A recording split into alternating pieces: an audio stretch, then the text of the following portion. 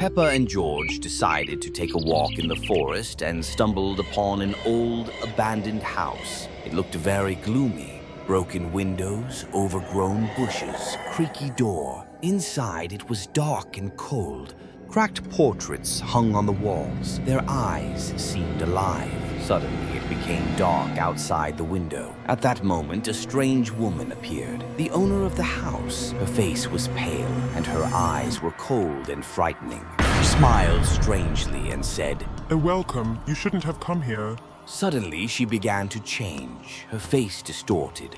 Her eyes shone with bright red light, and something black flowed out of them.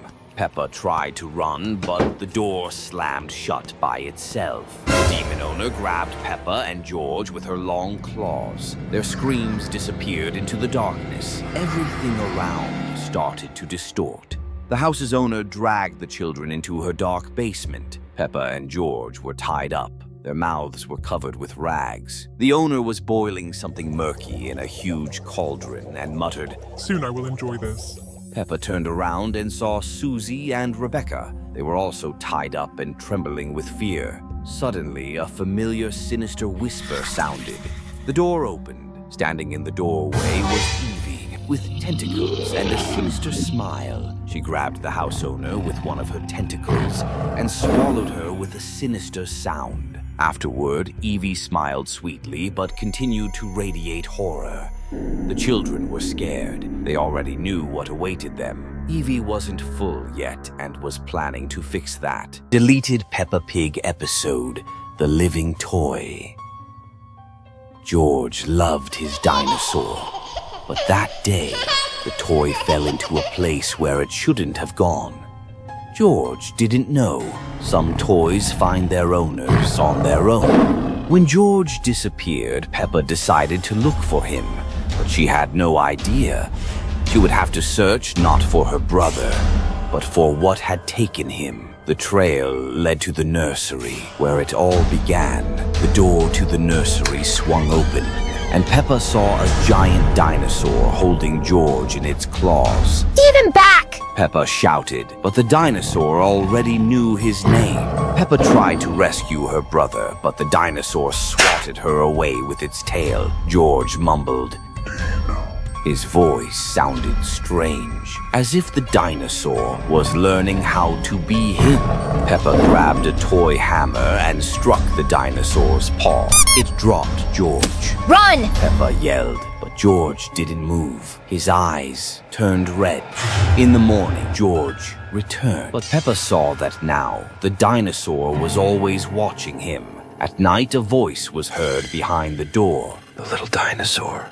Mine. He waiting, because children can be lost so easily, especially when they think they've been found. George started drawing strange pictures. In each one, a creature with a round head and white eyes, no arms, no legs, just a body. It comes at night, George whispered. I saw it. Peppa didn't believe him, but that night she woke up. And in the corner of her room, something was lying there, a huge round head. It didn't move, but it was breathing. When she turned on the light, it vanished. The next night, her flashlight went out. She heard something crawling under the bed, no footsteps, just a sticky sliding sound. Peppa looked down, and it was there, face inches away, head round, eyes white. In the morning, George's eyes had turned completely gray. He didn't speak. He just stared at Peppa, and then it came again. From the wall, across the ceiling. It stopped right above her, and then the words, Now you've seen me too.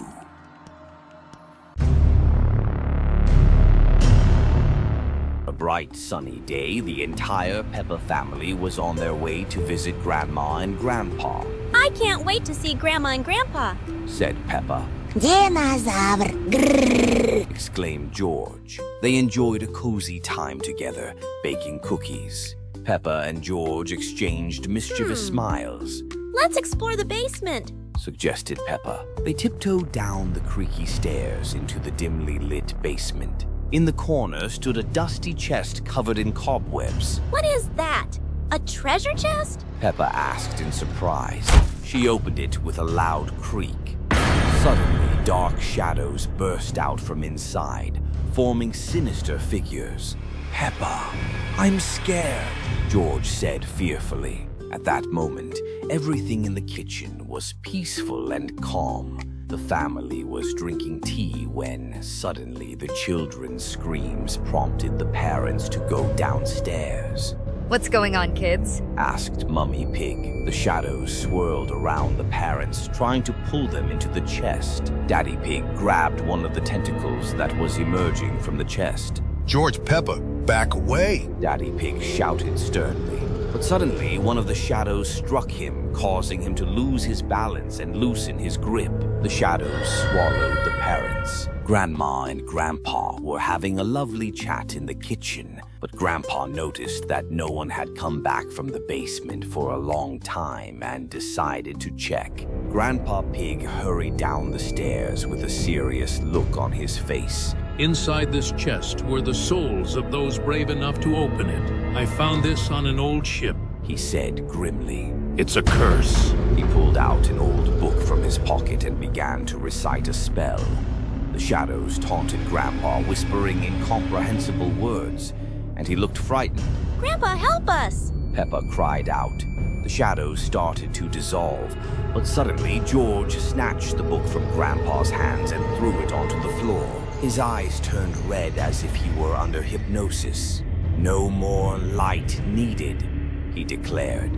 The remaining shadows lunged at Grandpa, dragging him into the chest.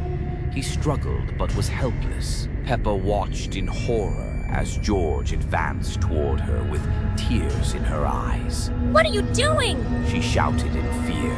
With tears streaming down her face, she grabbed the tattered book tightly and held it high. I won't let you take my family! She declared to the shadows, her voice trembling but resolute. She recited something she remembered from Grandpa's stories. The shadows screamed and began to vanish. Silence fell over the basement. Peppa and George were left alone, trembling with horror as they realized they had lost their family. At that moment, Grandma was enjoying the taste of her tea and listening to pleasant music, but a feeling of unease disturbed her peace. Grandma Pig appeared at the top of the stairs, looking horrified at what was happening. Peppa and George looked at each other, trembling, speechless. From inside the open chest, faint whispers of the shadows still echoed softly. This is a lost episode that was never aired on TV. It all began on a normal day. Peppa lost one of her baby teeth. "Hooray!" she shouted, "Dad. Now the tooth fairy will bring me a gift." Mummy Pig smiled. "Put the tooth under your pillow, dear. There'll be a surprise in the morning." That night, Peppa woke up. The room was dark, but something felt wrong. She heard a crunching sound from under her pillow. When she lifted it, the tooth was gone, but there was no gift either. Only a strange white lump, like it was made of bones. The next day, George complained about a toothache. Then Mummy Pig, then Daddy Pig. They all said, maybe we ate something bad. That night, Peppa woke up again, but not from the crunch. This time, from breathing. Someone was sitting by her bed, a figure, gray, far too tall, with long arms and a grin that stretched ear to ear. "Do you brush your teeth well, Peppa?" it whispered. "You give them to me, one by one, every night." Peppa screamed, but no one came. George was asleep with his mouth open. His front teeth were missing. Mummy was standing in the hallway, smiling. On her cheek, a white patch like bone powder. Peppa ran to the mirror. On her face, new teeth were growing, but not hers. A third row, sharp, wrong. She ran back to the bedroom. Everyone's teeth were falling out, more and more every second, and someone stood in the corner. That same figure, but its face. Oh God. This is a lost episode no one could ever finish. Never-ending day. It all started like any other day. Peppa woke up in her bed. The sun was shining. Mummy Pig called her to breakfast. George was eating cereal. Daddy Pig was reading the newspaper. Everything felt calm. But the newspaper was blank, just empty white pages. Peppa blinked. She thought it was nothing. She went outside. Everything was the same phrases, the same smiles. The next day, everything repeated. Same breakfast, same weather. Mummy Pig started repeating the same words. Breakfast is getting cold. Breakfast is getting cold. Breakfast is getting cold. Daddy sat frozen with a strange smile. George stared directly at the screen, unblinking.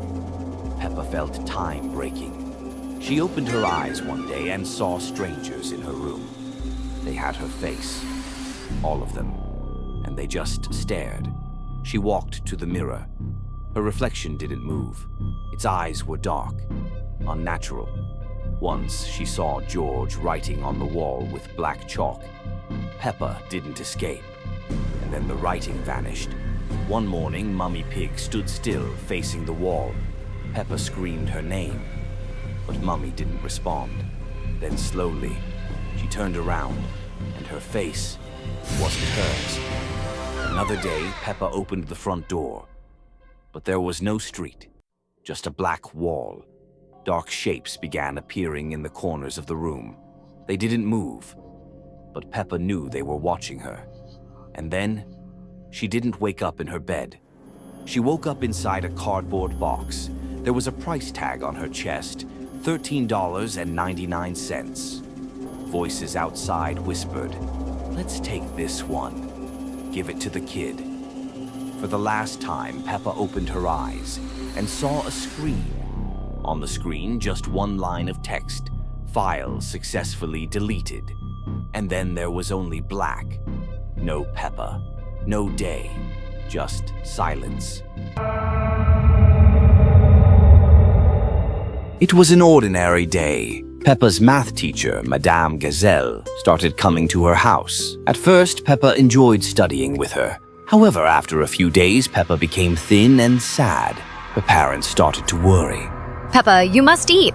Mama Pig insisted. But Peppa didn't want anything except math. Please, call Madame Gazelle. Her parents obeyed their daughter's request. Peppa looked worse and worse. Madame Gazelle sat with her in the room and taught her mathematics. Suddenly, she pulled out a pink stone. Peppa's pupils disappeared, and she floated up as if hypnotized. Math is your life, Peppa, said Madame Gazelle with a sinister smile. Meanwhile, her parents had no idea what was happening. They were sitting in the living room watching TV. What an interesting movie, said Daddy Pig. A few days later, Peppa could no longer walk or talk. Why isn't she getting better? Mama Pig asked, wiping tears from her eyes. One day, Mama Pig saw Madame Gazelle smiling menacingly, holding a stone over Peppa. What is going on here? Shouted Mama Pig. Get out of here, Madame Gazelle, said Daddy Pig, looking at her with suspicion. The room darkened. Madame Gazelle transformed into a terrible monster that only said one thing. Math will take over the world. Bow to it. A cold wind blew. Everything around turned into a tornado of notebooks and numbers. In the morning, everyone sat at the table with crazy faces. They were solving problems while Madame Gazelle loomed over them as if controlling their minds. Peppa found a box in the closet. Dusty, old. On it was written, "Our home," in childish handwriting. Inside was a tape, a regular VHS, but their family hadn't owned a player in years. Mummy Pig was surprised. Someone must have mixed it up. Let's throw it away? But Daddy Pig said, "I have an old player in the basement. We can watch." That evening, they all gathered in the living room. The screen flickered. The image shook. On the tape, their house, like someone was standing silently, filming. "Strange," said Mummy Pig. "I don't remember anyone recording us." Then, dinner scene. Everyone sitting at the table.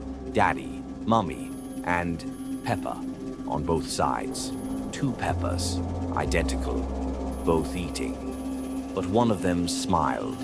Wrong. Suddenly, one of them turned her head and looked directly into the camera. And in the next instant, she was standing in their room. Peppa and George were playing hide and seek. Just like always, George chose a cozy spot, a little further than usual. Peppa was walking through an empty hall. The house seemed frozen in time.